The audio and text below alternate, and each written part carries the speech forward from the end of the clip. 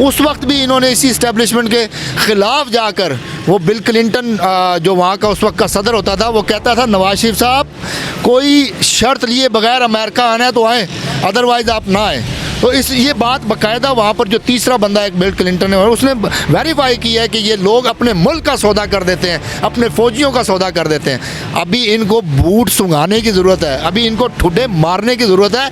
ये लोग जो अभी ये वावेला में जा रहे हैं ना, इस्टेब्लिशमेंट से डील हो गई, इस्टेब्लिशमेंट से डील होगी, तो ये पिछले 3 साल क्या करते रहे हैं? मुझे क्यों निकाला, इसी इस्टेब्लिशमेंट में उंगलियां उखाड़ते रहे थे। ये थूक के चाटने की कोशिश कर रहे हैं। यही वो लोग हैं जो मफाद परस्त हैं। मैं बार बार इस कौम को बताता हूँ कि ये मफाद परस्त लोग हैं। जब इनको जहाँ अपना मफाद नज़र आएगा तो ये गधे को भी बाप बना लेते हैं। मियाँ नवाज शरीफ की पाकिस्तान वापस आने की खबरें गर्दिश कर रही हैं, क्या कहते हैं इस बारे में? मियाँ साहब आखिर आज उन्होंने फ़ैसला कर ही लिया वापस आने का। बिस्मिल्लाहिर्रहमानिर्रहीम। बड़े बोले हैं हमारी इस पाकिस्तान की अवाम। दरअसल इस अवाम को हम क्या कहें जो 70 साल से धोखे खा रही है। कभी नवाज शरीफ ने इनको आवाज़ दे के धोखा दिया, कभी जरदारी ने धोखा दिया, कभी किसी ने। आज फिर ये हकीकत बताने से गुरेज़ हैं। असल में मसला ये हुआ है क्योंकि नवाज शरीफ का पासपोर्ट एक्सपायर हो चुका था, क्योंकि नवाज शरीफ को बरतानिया में एक तोसी की एप्लीकेशन उन्होंने दी हुई थी क्राउन कोर्ट के अंदर, क्योंकि क्राउन कोर्ट ने उस एप्लीकेशन को रिजेक्ट कर दिया। तो अब यहाँ के कुछ बिकाऊ मीडिया हाउसेस, यहाँ की कुछ बिकाऊ कुव्वतें, यहाँ के वो लोग जिन्होंने इस मुल्क को चलाकर लोगों को इंसाफ देना था, यहाँ पर वो बार कौंसल्स ये इस जुर्म में बराबर की शरीक हैं, जिन्होंने एक मफरूर इश्तिहारी को बिठाकर खिताब करवाया और आगे मौजूदा चीफ जस्टिस और इस मुल्क के कानून के फैसले करने वाले बैठे हुए थे। उस बार कौंसल ने एक तहरीक चलाई कि अब जबकि उनको वहाँ से डिपोर्ट किया जाना है, एक ऐसा माहौल बनाया जाए कि ऐसे लगे कि नवाज शरीफ खुद वापस आ रहे हैं, खुद इंकलाब लेके आएंगे। अब जब क्राउन कोर्ट ने फैसला रिजेक्ट कर दिया है, अपील रिजेक्ट कर दी है, तो अब 2 ही रास्ते थे उनके पास। नंबर 1, या तो वो 10 मिलियन पाउंड लगाकर बरतानिया में इन्वेस्टमेंट करते और वहाँ की नेशनलिटी ले लेते। नंबर 2, वो वहाँ पर साइलम लेते, सियासी पनाह लेते, जिसको हम सियासी पनाह जो इसहाक डार वहाँ लिए बैठा है, जो और काफ़ी पाकिस्तान के सियासतदान अल्ताफ़ हुसैन और काफ़ी लोग, अनवर, ये इस किस्म के लोग, मतलब वो जो पाए के जराइम पेशा लोग थे जो वहाँ पर बैठकर इस मुल्क को नुकसान पहुँचा रहे थे, उन लिस्ट में नवाज शरीफ साहब शामिल हो गए क्योंकि उनकी रिजेक्ट हो गई है एप्लीकेशन। उनको डिपोर्ट करना है, उनको वहाँ से धक्के दे के निकालना है उन्होंने। तो उन्होंने मीडिया हाउसेस को पैसे दिए कि एक ऐसा माहौल क्रिएट करें कि मैं वापस आ रहा हूँ, अब मैं इंकलाब लाऊंगा, अब मैं ये कर दूँगा, अब मैं वो कर दूँगा।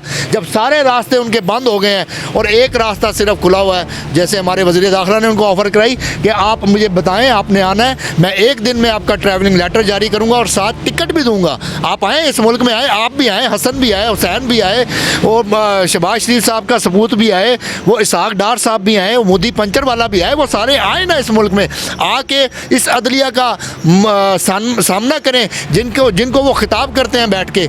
इस बार कौंसल को भून साहब जो भी हैं वो उन्होंने बहुत ज़्यादती की है इस मुल्क के अदलिया के साथ कि एक मुजरिम मफरूर इश्तिहारी को बिठाकर उन्होंने सामने सारे जजेस को बिठाकर तकरीर करवाई। आज जब बरतानिया उसको कह रहा है कि तुम हमारे मुल्क से जाओ, तो एक माहौल क्रिएट किया जा रहा है कि अब इंकलाब आएगा। पहले वो कहते थे वोट को इज़्ज़त दो और फिर साथ ही कहते थे मुझे इजाज़त दो मैं चलिया लंदन, तो वोट नूं इज़्ज़त देनी सी, बड़े नारे लाए, सड़कां ब्लॉक कीतियां, सारियां चीज़ां करके जदों प्रैशर पै गया, बीमारी का बहाना करके मैं मरन लगा, मेरे प्लेटलेट्स गए, मैं मर जाऊँगा, मैं डूब जाऊँगा। तो अब जब उनके प्लेटलेट्स 20,000 से भी नीचे, 10,000 से भी नीचे आए, बड़े मासूमियत के साथ, बड़े प्यार के साथ स्ट्रेचर पे ऐसे चल चुल के वो जब जहाज़ में बैठे तो बड़े फ्रेश थे।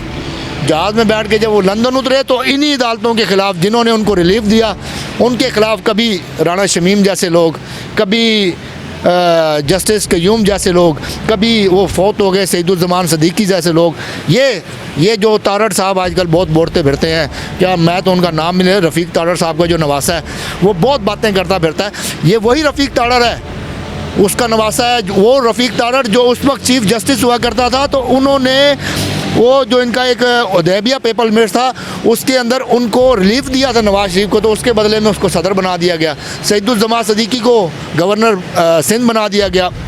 राना शमीम जो उधर लंदन में बैठ के नवाज शरीफ के ऑफिस में बैठ के अपने बयान हल्फी को रजिस्टर कराता है, नोटरी कराता है, आज वो सारी स्टोरी ओपन हो गई है वहाँ पर। जिसने वो नोटिफाई किया था उसने बता दिया कि मैं नवाज शरीफ के दफ्तर में जाके, राइट साइड पे नवाज शरीफ साहब बैठे थे, लेफ़्ट साइड पे राना शमीम साहब बैठे थे, उनके सामने जाके इसको मैंने रजिस्टर किया, इसको नोटराइज़ किया। तो आज सारी हकीकत सामने आ गई है।